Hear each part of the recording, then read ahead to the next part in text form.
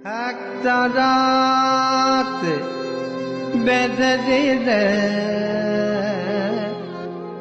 দোতারারে একই দেখলাম আর কৃষ্ণ সমুদ্র গো একই দেখলাম আর কৃষ্ণ সমুদ্র একটা রাতে বেঁধে দিলে দোতারারে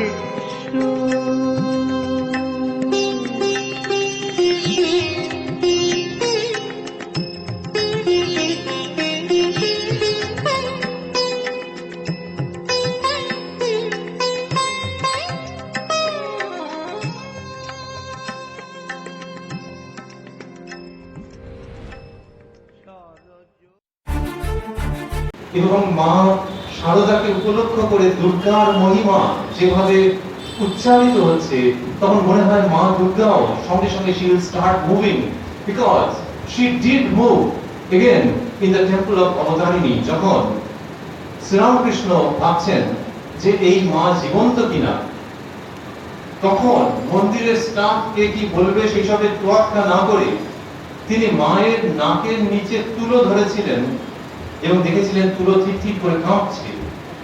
শ্রীরামকৃষ্ণের জীবনের মধ্যে রয়েছে যে মা ভবতারিণীকে তিনি জীবন্ত ভাবে দেখেছেন, শুধু উপলব্ধি করা নয়, মেটেরিয়াল দিক থেকে দেখেছেন যে এই মা জীবন্ত।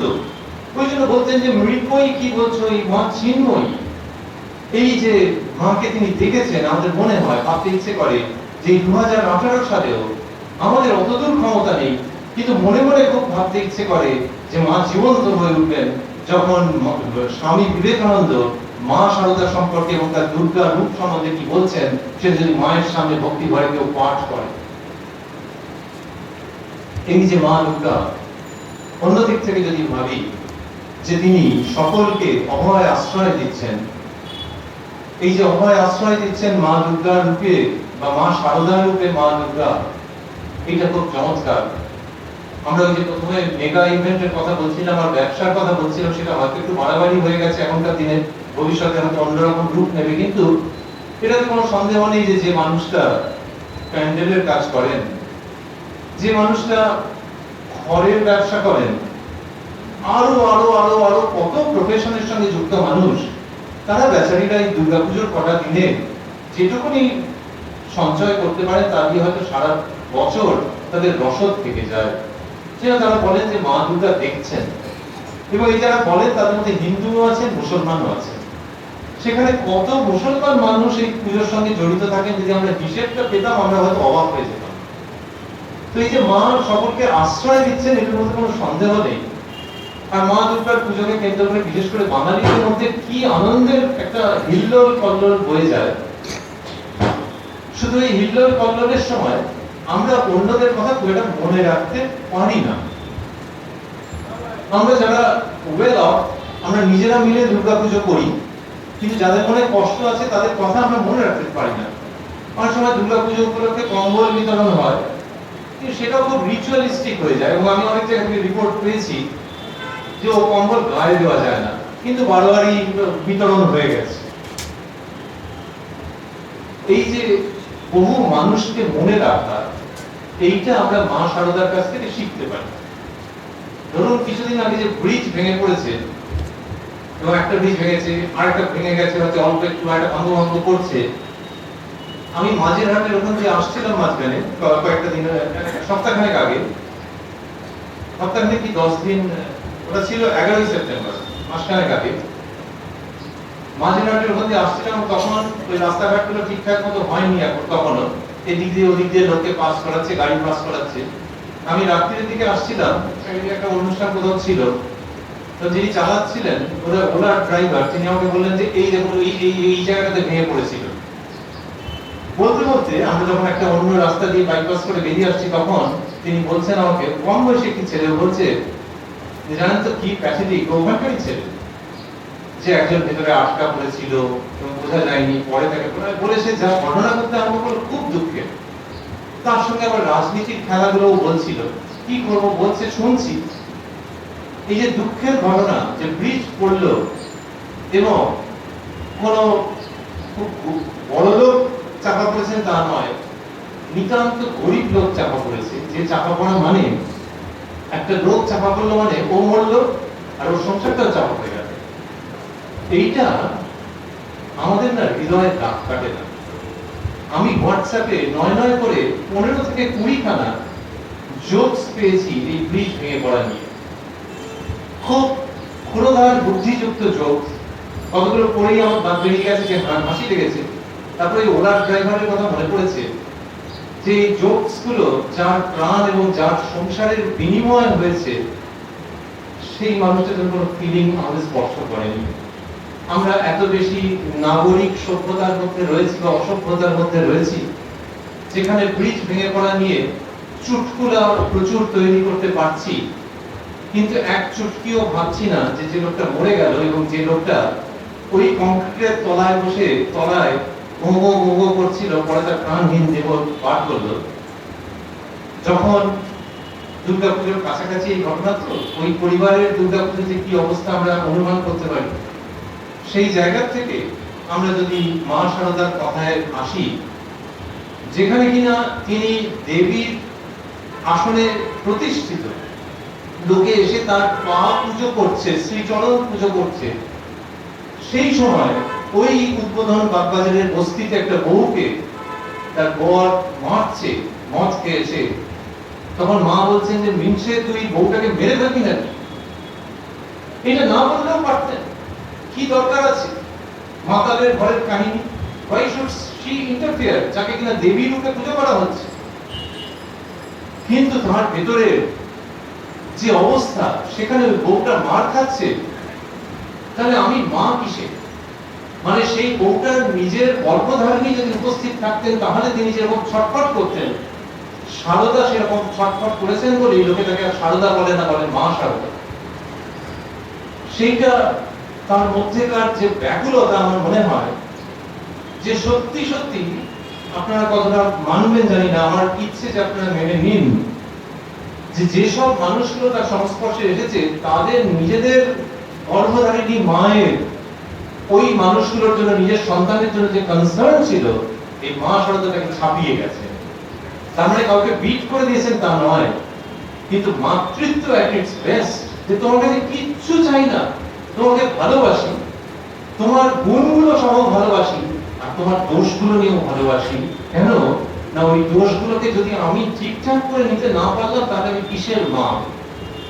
ছেলে যদি ধুলো কাদা মাখে, এই যদিটাকে থামতে ইচ্ছে করে, যে তার মানে মা বলছেন যে ছেলে ধুলো কাদা মাখবেই, ছেলে ধুলো কাদা মাখবে, ছেলে মানে ছেলে মেয়ে বোধ, তাহলে আমাকেই তো ঝেড়ে ঝুড়ে কোলে তুলে নিতে হবে। এইরকম মাতৃ উক্তি খুব দুর্লভ। ভালো ভালো লোককে লোকে মাথায় করে নিয়ে রাখে, দোষ নেই তাতে, কিন্তু দোষের সঙ্গে স্বামী অভেদানন্দ যে লিখছেন, দোষান অশেষান সগুণী করোষি, তুমি অনেক দোষকে বুকে টেনে নিয়েছো, নিয়ে সেগুলোকে গুণে পরিণত করেছো। এই যে মা Sharada, she is the new and brilliant and smart and modern form of দেবী দুর্গা। এই দেবী দুর্গা আমাদের খুব ভাবতে ইচ্ছে করে যে মা শারদার রূপে অবশ্যই আবির্ভূত হয়েছেন। যে দেবী দুর্গাকে শ্রী শ্রী চণ্ডীতে স্তব করা হয়েছে, দেবী মাহাত্ম্যের মধ্যে স্তব করা হয়েছে, তিনি মা শারদার রূপে 100 ভাগ উপস্থিত হয়েছেন। শুধু কোনো অলৌকিকতা রাখেননি, না রেখে কি করেছেন, যে ওই মা দুর্গা যেমন মণ্ডপে থেকে দেখতেন যে যে ছেলেটা বাঁশের কাজ করছে, যে ছেলেটা খড়ের কাজ করছে, যে ছেলেটা ছাউনি দিচ্ছে, যে ছেলেটা ভোগ রাঁধছে, যে বউটা সাহায্য করছে, এই সকলকে নিয়ে যে তার একটা আনন্দ, সেই তিনি ধরাধামে নেমে এসেছেন জয়রামবাটিতে মুখোপাধ্যায় বাড়িতে, যে আনন্দটা জীবন্ত রূপে আমি জগতে প্রসারিত করে দিয়ে যাব। এই কথা আমরা বুঝতাম না যদি না স্বামী বিবেকানন্দ বলতেন। আর মা শারদা, ওই মা দুর্গা যেমন সকলকে নিয়ে রয়েছেন, বলা হয় পরিবার সমন্বিতা দুর্গা। এই যে এখন এত পুজো হয়, আমি নিজে আমার বয়সী, আমার থেকে বেশি এবং কম বয়সী অনেক মানুষজনকে দেখেছি যাদের দুর্গা পুজোর মধ্যে অবশ্য পালনীয় থাকে যে একটা দিন বেলুড় মঠে যাওয়া। আপনারা নিশ্চয়ই জানেন যে একটা দিন হচ্ছে কুমারী পুজোর দিন। মাথায় কাপড় টাপড় দিয়ে রোদ্দুরে আগে সব বসে থাকতেন অনেকে, এখন তো আরো ভালো ব্যবস্থা হয়েছে। ভোর 4টের সময় চলে গেছে, মাথায় কাপড় দিয়ে বসে আছে, কেননা বেলুড় মঠে দুর্গা পুজো দেখবো। আরেকটা কারণে খুব অ্যাট্রাকশন হয়, সেটা হলো যে ওই যে বেলুড় মঠের দুর্গাপুজো এক চালচিত্রের মধ্যে হচ্ছে। অন্য জায়গায় যত যাই হোক না কেন, এক চালচিত্রের পুজো লোককে যে কি টানে আমি নিজে ব্যাখ্যা পাই না। আর সত্যি মানে ওটা ব্যাখ্যা করতে পারি না, কিন্তু অন্যদিকে কেন যে লোকে একটু বিরক্ত হয়ে যায় সেটা বুঝতে পারি। যে থিমের ঠাকুর, লোকে বলে থিম থিম থিম কিছু করতে হবে, একজন বলছেন যে ওই করতে করতে মাথা ঝিম ঝিম ঝিম করে। তো এই যে থিমের ঠাকুর, তাতে হচ্ছে কি নানান রকমের যে রাক্ষস ঠকর সাঁতার এ ও তা কে কিভাবে দুর্গা পুজো করেছে, আচ্ছা ঠিক আছে সেই থিম খুঁজে খুঁজে বার করলো হলো। তারপরে মণ্ডপে গিয়ে লোকে দেখছে মা দুর্গা এখানে, লক্ষ্মী কোথায়, ওই দিকটা থেকে ওই ওই ওই গলিটার মধ্যে দিয়ে আসো, ওইখানে এইসব নানান রকম। আমার এক সময় সন্দেহ হয় যে এরা যথেষ্ট সিকিউরিটির ব্যবস্থা করেন কিনা, তাহলে রাত্রিবেলাকে গণেশ মঠকে নিয়ে চলে গেলেও বলে বুঝতে পারেন। কাছাকাছি নেই তো, obscure.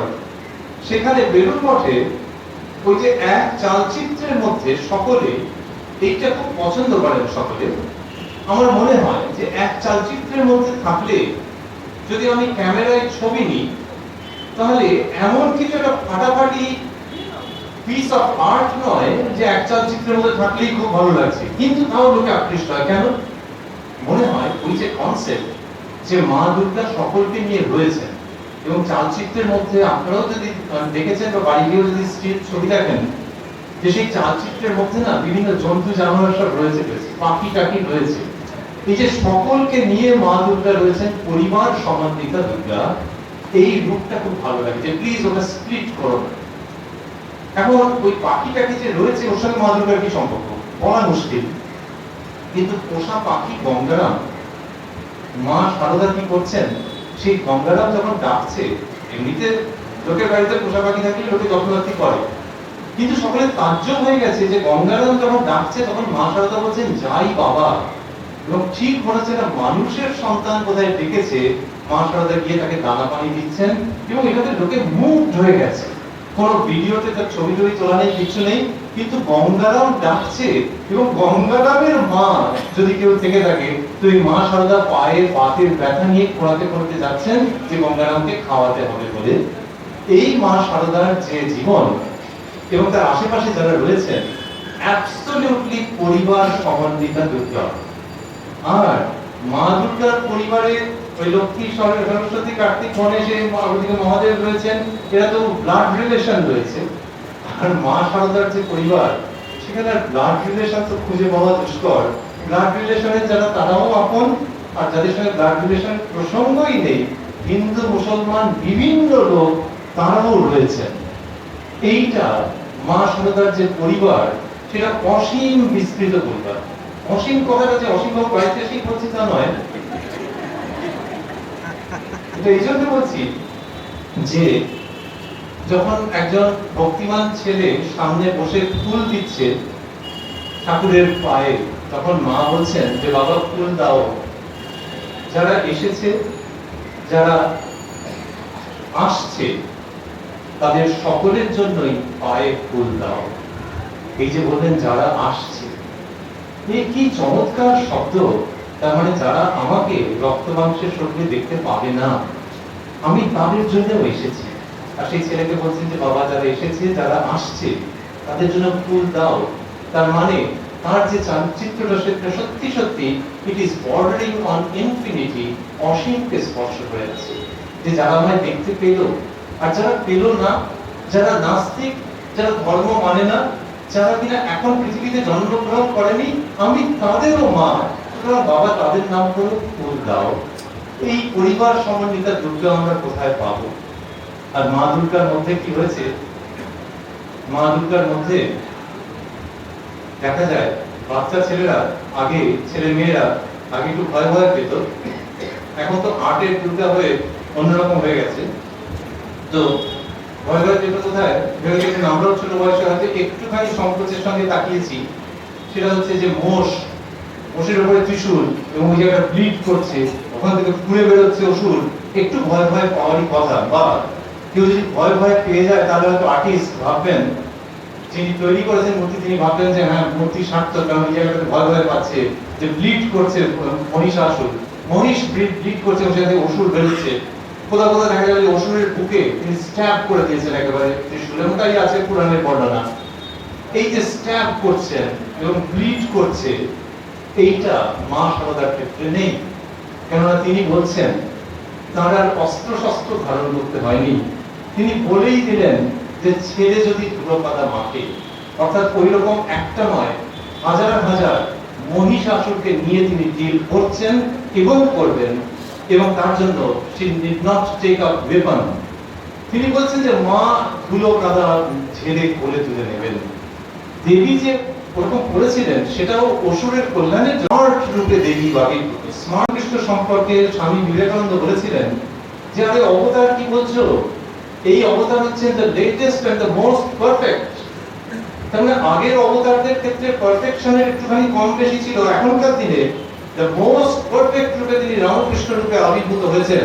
So we love to think that the latest and the most perfect form of Devi Durga is মা শারদা, যিনি এসে আর অস্ত্র শস্ত্র ধারণ করলেন না, ওই একমুখী ভালোবাসার দ্বারা মানুষের মন জয় করলেন এবং মানুষের মনের যত কলুষ আছে সেইগুলোকে দূর করবার জন্য কি করে দিয়ে গেলেন।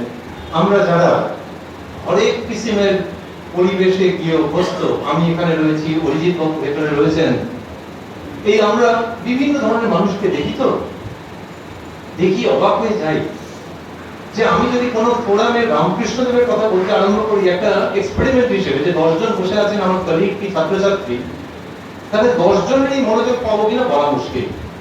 যদি স্বামী বিবেকানন্দের কথা বলি হয়তো একটু বেশিই পাবো, কিন্তু আমি জানেন আমি ডেফিনিট, আমি নিজে যেটা দেখেছি সেটা হচ্ছে আমি যাই বলি না কেন, ভালো মাঝারি যাই হোক না কেন, মা শারদার কথা বললে all eyes are turn on to me, যে এই মানুষটা মা শারদার কথা বলছেন। এটা জানবেন আমার কাছে একটা বিস্ময় যে রামকৃষ্ণদেব সমাধিস্থ হয়ে যাচ্ছেন, স্বামী বিবেকানন্দ একজন ইংরেজি বলা সুপণ্ডিত লড়াকু সন্ন্যাসী, আর সেখানে মা শারদা কি তার অর্ডিনারি রূপ। কিন্তু আজকের দিনে শিক্ষিত কম বয়সী, বেশি বয়সী, মাঝ বয়সী মানুষজনের কাছে মা শারদার কথা বললে আমার নিজের মনে হয়েছে যে যেন যে কোনো সময় বলি না কেন ঠিক শান্তি জল দেওয়ার মতো করে লোকে গুটিসুটি মেরে বসে, যে এখন আর চঞ্চল হব না, উনি মা শারদার কথা বলছেন। এটা আমার প্রত্যক্ষ অভিজ্ঞতা। সেইখান থেকে মনে হয় যে মা দুর্গা এই লেটেস্ট এবং সবচেয়ে স্মার্ট রূপে এসেছেন, মা শারদার রূপে। স্মার্ট কিন্তু এক্সট্রোভার্ট নন, তিনি একেবারে অন্তর্মুখ। সিস্টার নিবেদিতা বলছেন যে her life was one long stillness of prayer, তার জীবন একটা দীর্ঘ নীরব প্রার্থনার মতো। সেই রূপে তিনি এসেছেন, কিন্তু জগৎকে নিজের করে নিয়েছেন এবং একটা বিরাট পরিবার রচনা করেছেন, যার মধ্যে রামকৃষ্ণ মিশনের নাম লেখানো ভক্ত রয়েছেন, রামকৃষ্ণ মিশনের নাম না লেখানো রামকৃষ্ণের ভক্ত রয়েছেন, আবার চূড়ান্ত অভক্ত নাস্তিক লোক। সকলের জন্য মনে হয় আমাদের মা শারদার কথা ভাবলে যে তিনি সকলকে প্রবলভাবে আকর্ষণ করছেন। এইবার বলে শেষ করব, শ্রীরামকৃষ্ণ বলছেন যে দেখো, লোহার উপরে যদি মাটি মাখানো থাকে তাহলে চুম্বক তাকে টানে না। তো ঈশ্বর আছেন আর ভক্ত রয়েছেন, কিন্তু ভক্ত যদি বলো, শ্রীরামকৃষ্ণ বলছেন যে যদি বলো ভক্ত সেই টান অনুভব করছে না কেন, তার উত্তর হচ্ছে যে লোহার উপরে মাটি মাখানো আছে, তো অনুরাগের অশ্রুতে ওই মাটি ধুয়ে গেলে ঈশ্বর চুম্বক রূপে আপনি টেনে নেবেন। এই কথা ভিতরে আছে। But here is Ma Sharada with a difference. That Ma Sharada about whom Sri Ramakrishna is saying, "O ki jeshe, o amar shakti." এই বলার ভঙ্গি হচ্ছে যে ও আমার উপরে রাজ করছে, এই শক্তি না থাকলে আমি নিষ্ক্রিয়। এই মা শারদা কিন্তু ওই অশ্রুর দিকে গেলেন না, যে কেঁদে কেঁদে অনুরাগের অশ্রুতে ওই মাটি ধুয়ে যাবে তা বললেন না, বরং বললেন ছেড়ে যদি ধুলো কাদা মাখে, ওই লোহার সূচ ধুলো কাদা মাখলে আমি মা হিসেবে ঝেড়ে ঝুড়ে কোলে তুলে নেব। I will not wait for my dear child, যে সে উইপ করবে, সে কাঁদবে, তারপরে ধুয়ে যাবে, তার জন্য আমি ওয়েট করবো না, আমি মা রূপে ঝেড়ে ঝুড়ে পরিষ্কার করে কোলে তুলে নেবো। এই মা দুর্গা রামকৃষ্ণের উপর দিয়ে যাচ্ছেন, এবং সেটা রামকৃষ্ণের ইচ্ছেতেই। তিনি নিজে বলেছিলেন যে কুটো বাঁধা হয়ে রাখা আছে, তোমরা বিয়ের জন্য ব্যস্ত হচ্ছ, কুটো বাঁধা হয়ে রাখা আছে। কি চমৎকার কালমিনেশন যে তিনি বলছেন আমি।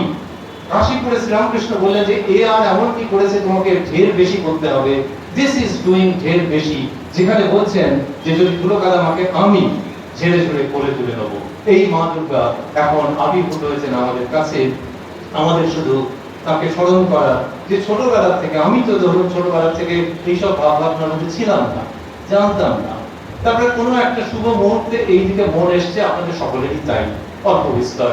তো যে বয়সে আমরা যখন জানতে পেরেছি, তখন যেন আমাদের এই জীবনে খুব ভাবতে ইচ্ছে করে যে ছোট বয়সে রমজানে জামা টামা এটা ওটা চটি জুতো এইসব ভাবতাম যে পুজোর জন্য কেনা হবে। এখনো ভাবি যে একটা অনলাইনে অর্ডার দিলে হয়, একটা নতুন কিছু হওয়া ভালো। নতুন কিছু, এই নতুন কিছুটা যেন আমাদের জীবনে ফিরে ফিরে আসে, এবং সেই নতুন কিছুটা জামা প্যান্ট শাড়ি কাপড় ইত্যাদি থেকেও নতুন করে মা দুর্গাকে মা শারদার রূপে পাওয়া। প্রত্যেকটা পুজোয় যেন মা দুর্গা নতুন জামা কাপড়ের থেকেও আরো বেশি নতুন ভাবে মা শারদার রূপে আমাদের মনকে একেবারে অধিকার করে নেন, এইটা ভাবতে ইচ্ছে করে। লোকে বলে যে বুড়ো বয়সেও কি নতুন নতুন জামা কাপড় পরবে নাকি?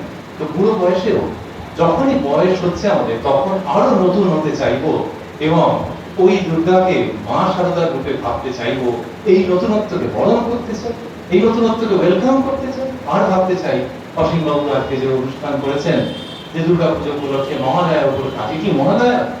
কিন্তু কিন্তু আমরা সেই জায়গাটাতে আসছি যে না, মা শারদাকে যখন আমরা ভাবছি, তখন অবশ্যই এখন বেলা 1:22 মতো হয়েছে, যখনই আমরা ভাবি না কেন আমাদের মনের মধ্যে যেন মা দুর্গার পূর্ণ আবির্ভাব হচ্ছে।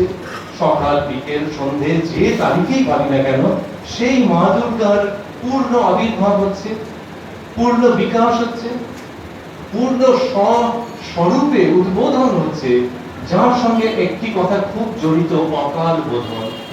অকাল, অ বললে খারাপ খারাপ লাগে, কিন্তু অকাল বোধন মানে চমৎকার বস্তু। যে যে সময়টা ঠিক শাস্ত্রে ছিল না, সেই সময় রামচন্দ্র দেবীর উপাসনা করলেন, and he met with astounding success, victory। এই অকাল বোধনের ফলে victory।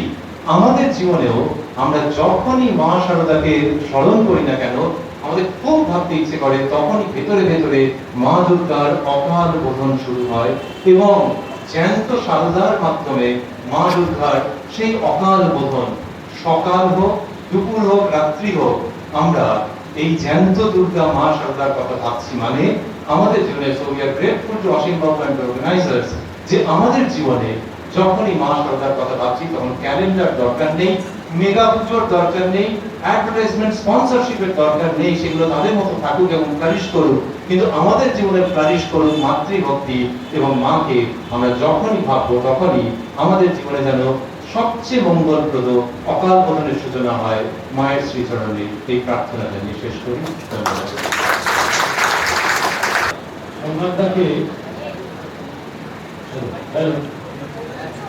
সোমনাথদাকে ধন্যবাদ দিয়ে শুরু করুন, আমাদের অন্তরের ভালোবাসা উজাড় করে দেবো। তাই একবার জোরে হাততালি হোক। রবীন্দ্রনাথ লিখেছেন, তুমি কেমন করে গান করো হে মুনি, আমি অবাক হয়ে শুনি।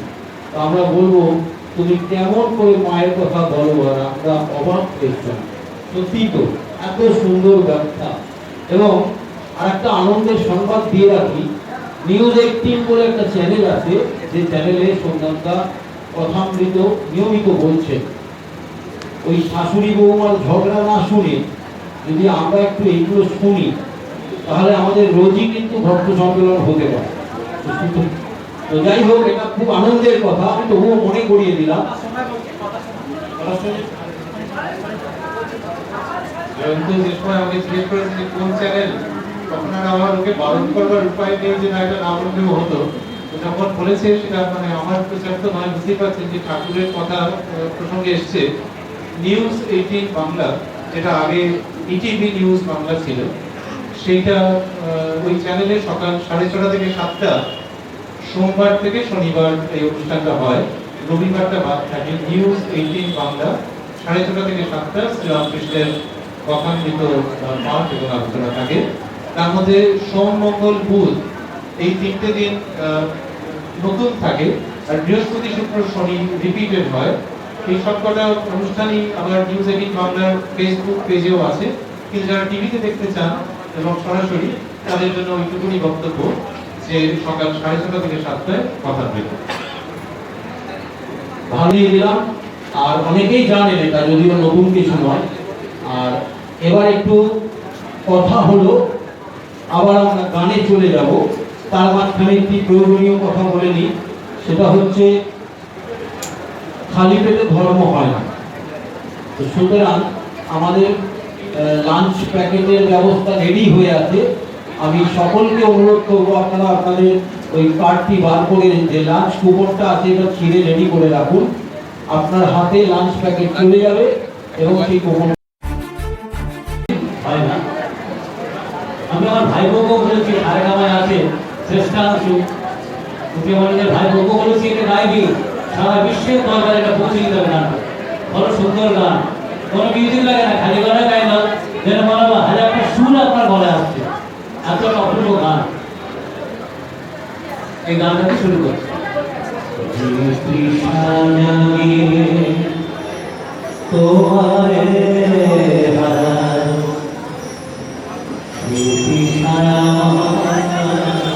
কথা বলবেন না, এই গানটা তোমারে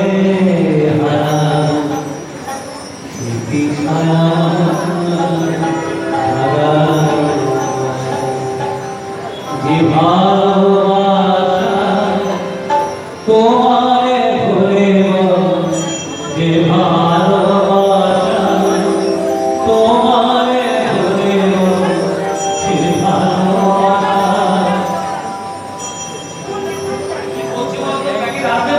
তোমারে ভুলে সে ভালোবাসা, তোমারে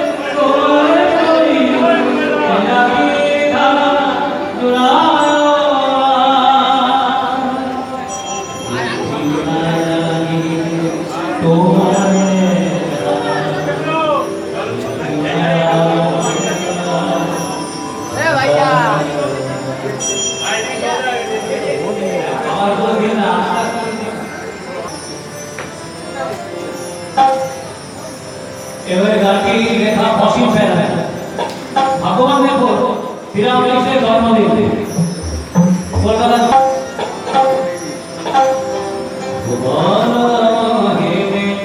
মাতা ভুবন বিজয়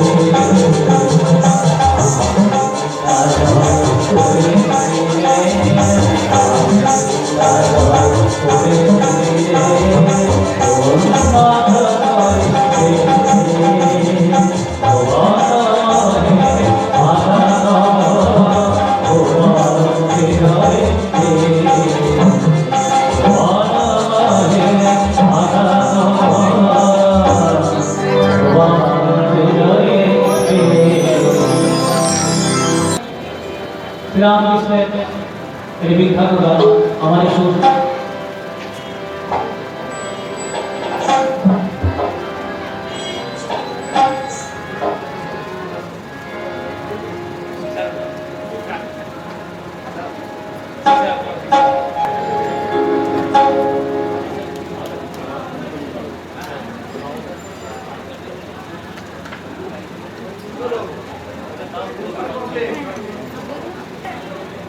যে মায়ের একটু গান গাইবো, একটু মায়ের গানটা গেয়ে ফেলেছে, মায়ের আরো ধরনের গান। তো আমি একটি বাংলার খুব সুন্দর একটি ফোক একটু গাই, এই ধরনের একটা সুন্দর গান, একটু বাউল গান গাই।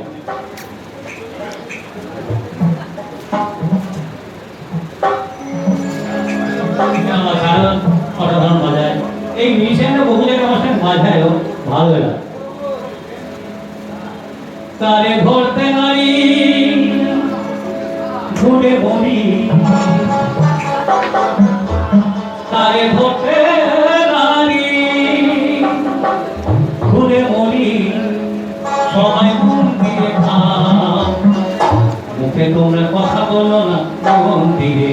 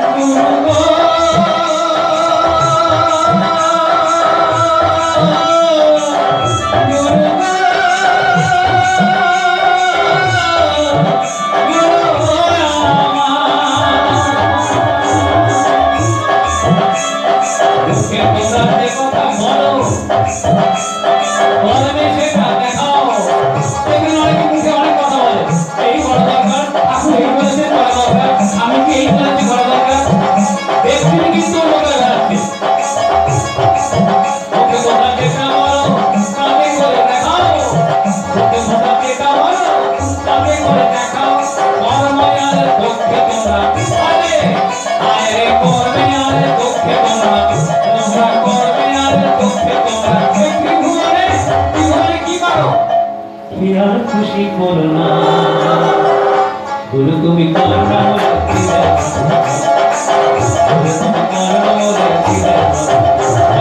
চোখে নারী, আমি চোখে নারী করে মরি, আমি চোখে নারী করে মরি, সবাই করে মরি, তুমি করোনা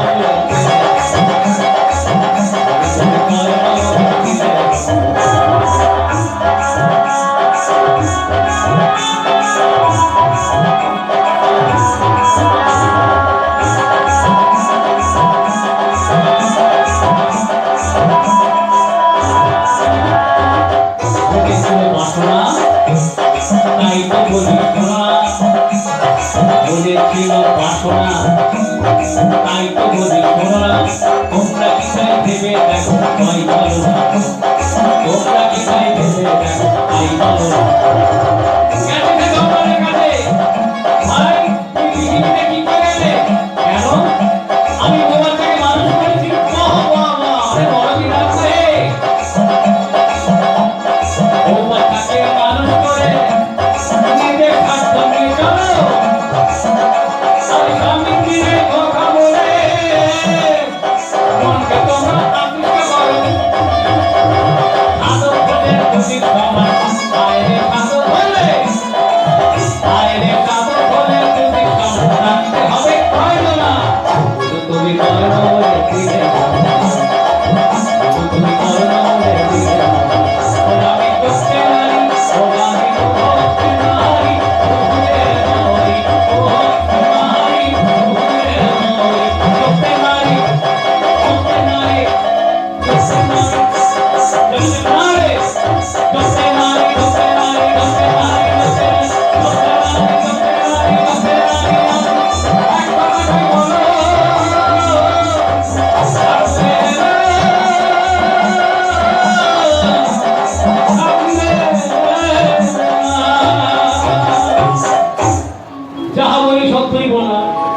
এই হচ্ছে ঠাকুর। আমার জন্ম হচ্ছে কামারপুকুর, এরাই মূল্যবান। আমার ভাইপো গত সপ্তাহে সারেগামায় মাম বলছিল অসীমদার মেয়ে যাচ্ছে এবার শ্রেষ্ঠাংশ নেই। ওষুধ 2010-এর কথা মনে আছে। শ্রেষ্ঠাংশ আমার ভাইপো, অসীমদার এখন গান করে গেছে শ্রেষ্ঠাংশ। এবারে একটি চণ্ডী পাঠ করেছিল। আমাদের বাড়িতে ছোটবেলা থেকে চণ্ডী পাঠ একটা রেওয়াজ আছে। যেমন অসীমদার বাড়িতে সারা বছর যা হয় আমার মনে খুব কম বাড়িতে দেখেছি, আমার চোখে পড়েনি। অসীমদার বাড়িতে যা কিছু অনুষ্ঠান হয় আমি বহু জায়গায় ঘুরেছি, এত দেখি, এত বড় উৎসব, এত বড় না আমার চোখে পড়েনি। তো সেই জন্য কিছু কিছু বাড়িতে কিছু কিছু পরিবার থেকে হয়ে আসে গুলো, তাদের থেকে কিছু কিছু তৈরি হয়। এই রকম ধরনের কিছু একটা গান, খুব বিখ্যাত গান। তো সেই গানটা কে বলে তখন গাইতে হয়, বলে 8 লাইনের গান। ঠাকুরের জন্ম, ঠাকুর কেমন ছিলেন, ঠাকুর কিভাবে সাধনায় গেলেন, কি সুন্দর একটি গান, মাত্র 8 লাইনের গান। এত বড় লম্বা কথা, 2 ঘন্টা করে যা কথা বলা যাবে, 8 লাইনে তার সারাংশ দেখুন কেমন। এ একটা গান। সঞ্জীব আমার ওরে 3 ঘন্টা কথা বলো, তুই 8 লাইনে কি বল।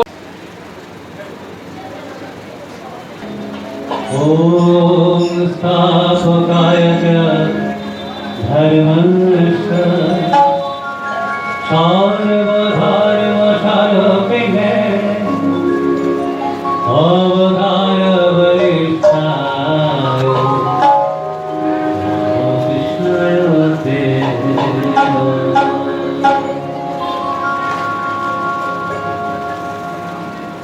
কত সন্ন্যাসী দেখে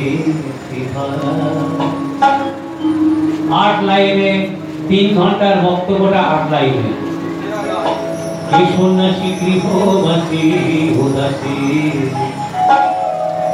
জলজে তার কামার পুকুর জলজে তার কামার পুকুর। কত সন্ন্যাসী দেখেছি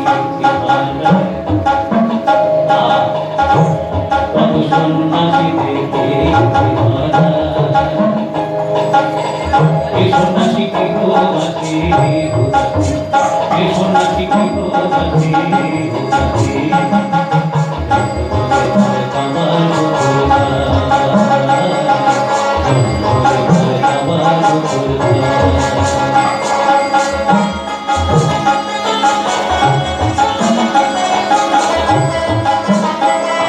এবার ঠাকুর কি ছিলেন, ঠাকুরকে কিভাবে বিখ্যাত করবে। কামিনী কাঞ্চন ত্যাগী তাই তৈরি ব্রহ্মযোগী। কি বিশ্লেষণ দেখুন, হে সাধু কামিনী কাঞ্চন ত্যাগী তাই তৈরি ব্রহ্মযোগী। সে যে মাতৃ নামে সদাই পাবো, সে যে মাতৃ নামে সদাই পাবো, ঘুরে বেড়ায় কত সন্ন্যাসী দেখেছি ধরা। এ সন্ন্যাসী কি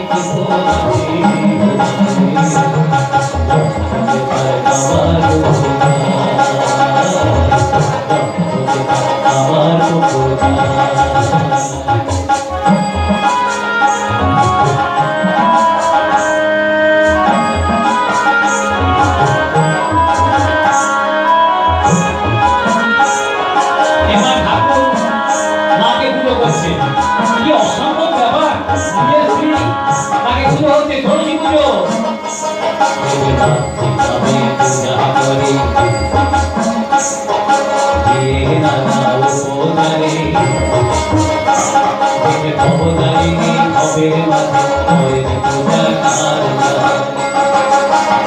পাগল থাকির দক্ষিণে সারে ভক্তজনে পাগল করে। এ পাগল থাকির দক্ষিণে সারে ভক্তজনে পাগল করে। ভজমন রাম কৃষ্ণ কর প্রণাম জানাই কারবার। ভজমন রাম কৃষ্ণ কর প্রণাম জানাই কারবার। কত সন্ন্যাসী দেখেছি ধরা। এ সন্ন্যাসী গৃহবাসী উদাসী জঙ্গলে তার কামার পুকুর।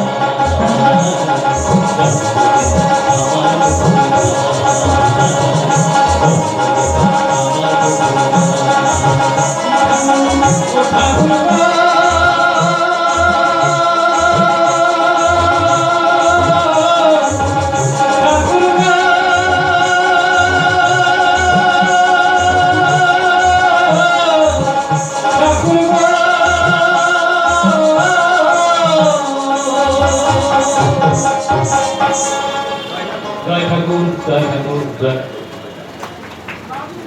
ঠাকুরই বলেছে দেখ কি আমার সঙ্গে গাছ ওরা কেটে কেটে শুরু।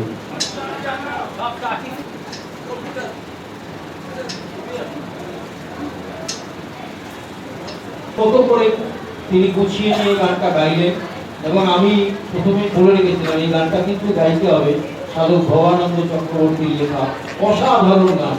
এই গানটার মধ্যে ঠাকুরের যে রূপ দেওয়া হয়েছে এবং বাচ্চুরা রামকৃষ্ণ পরিমণ্ডলের প্রচুর গানের সুর করেছেন, যেসব গান আপনারা মহেশ রঞ্জন সোমের মুখেও শুনে থাকবেন, তার রেকর্ডে শুনে থাকবেন, আড়ালে থাকেন কিন্তু আমরা টেনে এনে সামনে এনেছি যে তুমি কেন লাইভ লাইটে আসবে না।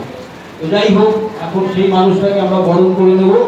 একজন শিল্পীকে দিয়ে আরেকজন শিল্পীকেই বরণ করে নেওয়া হচ্ছে। আমাদের সঙ্গে অত্যন্ত একজন জনপ্রিয় গায়ক শিবরাম কর্মকার বরণ করে নেবে আরেক দাদা আমাদের স্নেহাংশু দত্ত বাচ্চু দাদা।